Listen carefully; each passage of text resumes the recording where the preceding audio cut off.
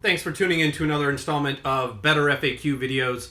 Today we want to cover what to do about the frankly very antiquated requirement with the Secretary of State and various government offices that you have a physical address for your business. So I'm recording this in 2021 towards the end of the year, and after almost 2 years of a pandemic, obviously, home-based businesses and the side hustles and everything that we do out of our homes, I'm recording this out of my guest room, my home office as we speak. There's a difficulty when you go to the government offices, the Secretary of State in particular, and you need a list and address.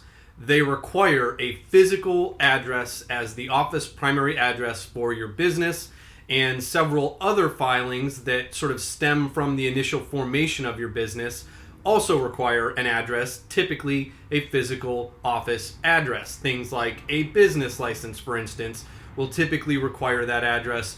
And with the business license, you actually have more scrutiny on that application because they're also going to check zoning, whether or not you own the business, if you've got a fire alert system, sprinkler system, police alarm, all kinds of stuff, depending on the county or the municipality that issues that business license.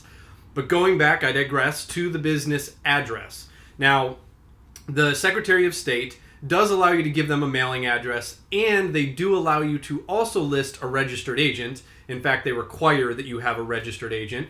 Pro tip, that can be you. However, in some of these scenarios where you might be using an address that isn't your actual office address, I'll get to some options in a second, you may really want to have a registered agent that does have an office address. So for instance, we typically act as the official corporate registered agent for all of our clients. And what a registered agent is the people that are going to get service of process if you get sued and you're getting served that paperwork. So with us, we have an office where there's pretty much always someone present, meaning that it's going to be pretty easy for them to serve us process on your behalf, and then we can get you that paperwork for that lawsuit. Not that we would handle it, we don't go to court, but having a registered agent that's able to accept that service of process alleviates a little bit of the difficulty with maybe not having an office address as your official address.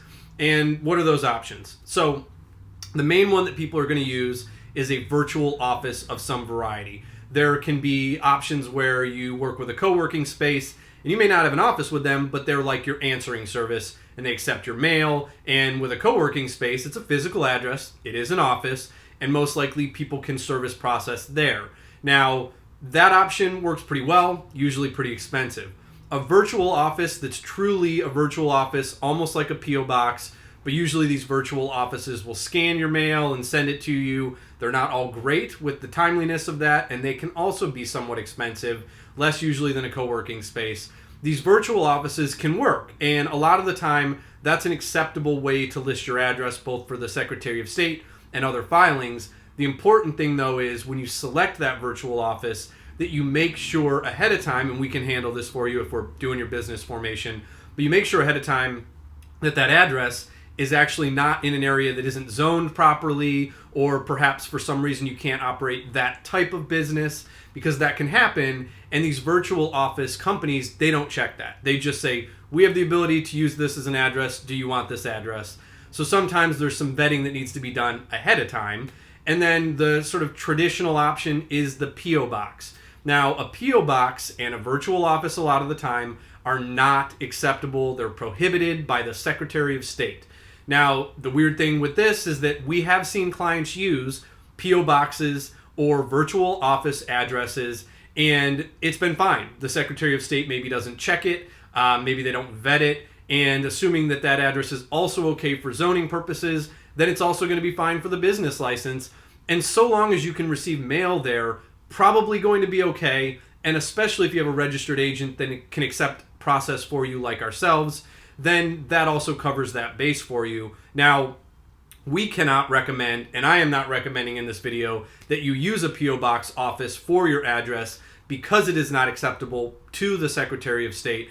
But again, we've seen clients use it and it's worked for them. So this is our spiel, and unfortunately there really aren't very many other options, and we have a lot of people look to us for clarity here, and other than what I've provided in this quick video, I don't really have any other options because It's a pretty antiquated rule that there isn't a lot of workarounds for, and it depends on how much the government looks into that address. So vetting it on the front end, if you use a virtual office or a P.O. box, is definitely a prudent move. And those are the options for dealing with the physical office address requirement of the Secretary of State of California. Thanks for tuning in.